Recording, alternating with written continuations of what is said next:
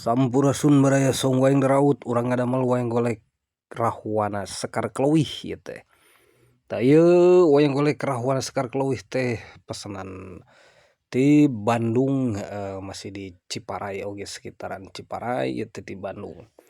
Tah baraya parantos di pola kieu lajeng urang perhalus, urang kadekan ieu sisi-sisina margi nembe dipaseukan di belahan gitu da serat-seratna teh katingal jelas pisan. Teu acan dilemesan gitu tah ayeuna urang kadekan keur meminimalisir kasarna serat-serat kayunya. Tah teras wae urang papayan ieu teh bahanna ageung pisan. Margi ieu teh bahanna pibimaeun nya nanging ieu teh motongna teh kirang panjang baraya upami keur bima meureunan. Janten urang ngangge ieu weh teu sawios lah bebulahanana urang pake pikeun leungeun engkena. Tah ayeuna urang teuk-teuk pikeun pibeheungeun tah.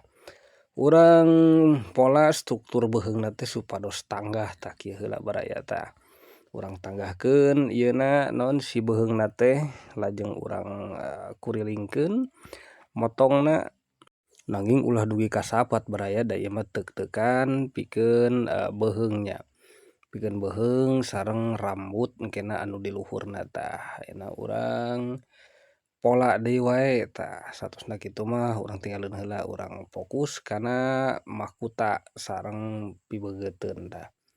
Mahkuta sekar keleuwih urang patok tibeh di heula weh ken gampang urang sadekeun deui. Upami kurang tuh kurang keneh baraya urang sadekeun deui tah. Upami tos kieu mah urang lajeng we pola deui tah urang kadekan supados rada ngeluk ka tukang tah ieu prosesna nya supados ngeluk ka tukang teh. Ngangge perkakas anu rada ieu nya rada alit sangkan tiasa ka sudut-sudut sempit. Tah kitu baraya janten parabot teh ulah gaduh hiji wae kedah seueur painten meh langkung menunjang kana proses pembuatan wayang utamina nya. Tah teras wae ulah berlama-lama urang pokona mah anggeuskeun ieu teh hanca painten tah. Pokona sagala rupina urang rancang ti ayeuna ieu supados engkena genah dina waktu ngaraut nya. Ayeuna meureunan struktur-strukturna urang pernahkeun baraya tah ieu teh struktur mun dina bangunan mah meureunan pola pondasi nya denah sareng gambar meureun nya. Tah ieu teh tiasa janten rujukan kena di mana engke urang ngaraut baraya. Tah teras wae urang keureuten sanes keureut meureunan urang kadekan tah. Urang perkecil ieu teh da masih keneh ageung pisan ieu teh baraya. Janten kedah rada galak urang ngaleutikannana ngadekanana oge tah.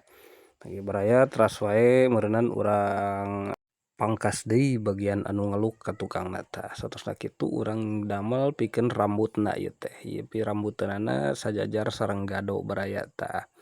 Urang damel sakieu heula da engke oge bakal kasurungkeun oge bakal kageser ku perkakas anu salajengna engke dina waktu ngaraut atau nepi ngabedah. Tah ieu meureunan geus berapa persen ieu teh ngabakalan teh. Nanging teu acan kumaha nya teu acan ngeplak kitu tah. Masih keneh ageung. Tapi da ieu mah masih keneh ciri baraya abdi ge masih keneh ngagarap anu sanesna masih keneh seueur garapeun. Janten ieu supados janten ciri oge sajabina tina nota teh janten aya ciri.